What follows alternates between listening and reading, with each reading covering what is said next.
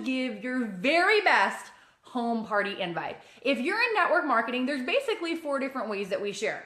We got one-on-ones, we got home parties, we have open meeting or like a bigger setting, and then we have online. So home parties are definitely a great way to do it, but let's talk a little bit about the psychology of a home party and if you should be having one or not.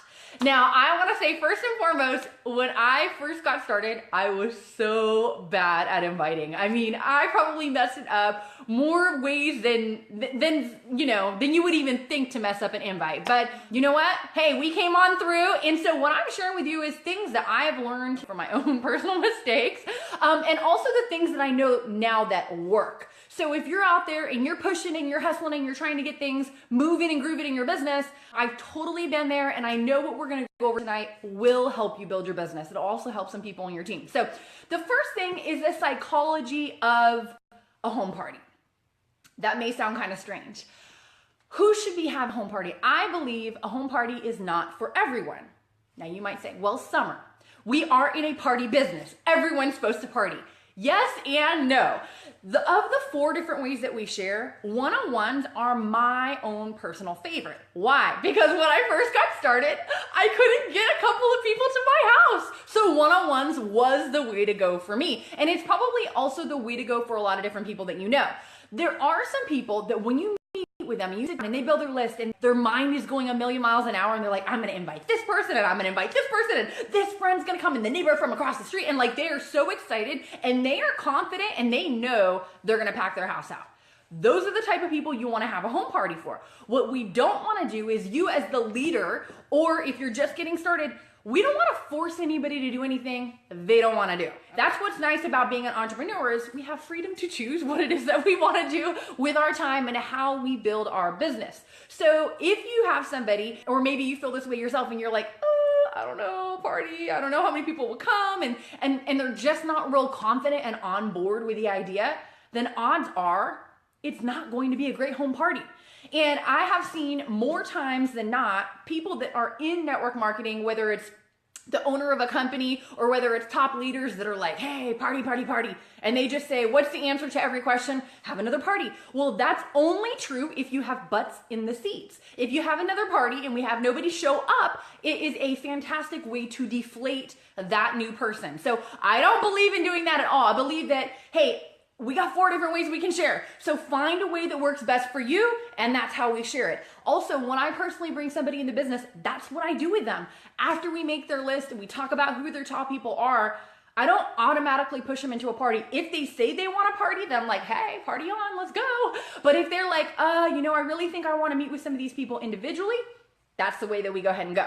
So you as the leader of your team, you got to do what's the right thing for that person. And it's up to you to help guide them along the way. So if you're brand new and you're just getting started and you're kind of not sure, do what you feel the most comfortable with. So let's get into the home party invite now that I've given the official disclaimer. All right. So when somebody is excited and they're ready to go and they know they can pack their house out, inviting is so very critical. Because have you ever been on the phone with someone and that you know, like, oh my gosh, they're giving way too much information. So how we invite is really going to set the tone for how successful that home party is going to be. So here's what I would do. Okay, there's a couple different ways that we can contact. We can call, we can text, we can Facebook. It doesn't really matter how we contact. It's just a matter of contacting, okay? And typically what I find is that people have to over-invite. A lot of times people will say, hey, you know what? I have a small home. I don't want to have too many people. I don't have enough chairs. And they're concerned that they're going to have too many people. More times than not, that's not a problem. Typically, I find if somebody goes out there and they invite, 20 or 30 people, half will usually say that they can come and half of that will actually show. So they'll get, 5, 6, 7, 8 people. So what do we say when we're actually going to contact someone? I usually will start off, I'll say, hey, what's going on? How are you? Hey, listen, what do you have going on Thursday night? The night of the party. And they are usually pretty straightforward. They'll say, hey, I'm taking my son to soccer practice, or I'm doing this or doing that. Or they'll say, I don't know, nothing. Why? What's going on? Book your calendar. You're coming to my house. I'm having to get together with some friends. Came across something. Looks like we can help some people and we can make some money. Can I count you in? That's my usual home party invite. Now, there's a couple critical elements to this whole flow of what we say. Whether you're talking, whether you're texting, whether you're Facebooking, it doesn't matter. The first and most important thing is we want to clear the time. Have you ever been with someone and they're like, hey, I'm having this thing and you gotta come check it out and it's gonna be so awesome. And you're like, oh yeah, when is it? Yeah, I'll have to check my calendar. That's code for, I'm gonna use that as an excuse to weasel on out if I don't really wanna be there. So the first thing we're always gonna do is we're gonna clear the time. We're gonna make sure, hey, what do you got going on Thursday night? And they say that they're free or they're not free. Either way is okay. Then after we do that, you can choose how you want to invite. So one little thing I like to say is, hey, we're having a get together, came across something, looks like we can help some people and make some money. Are you in? Can I count on you to be there? So how you say it doesn't really matter. Hey, I started taking this product. It's helped me incredibly with my health. I'd love to share more about it with you. Can I count on you to be in my house on Thursday night? It doesn't really matter what you say. You could share what I said. You could share your testimony. You could edify your leader that's coming on over. Hey, you know what? I'm just getting started on something. Super excited about it. I have a very successful friend of mine, amazing entrepreneur in business, going to be at my house.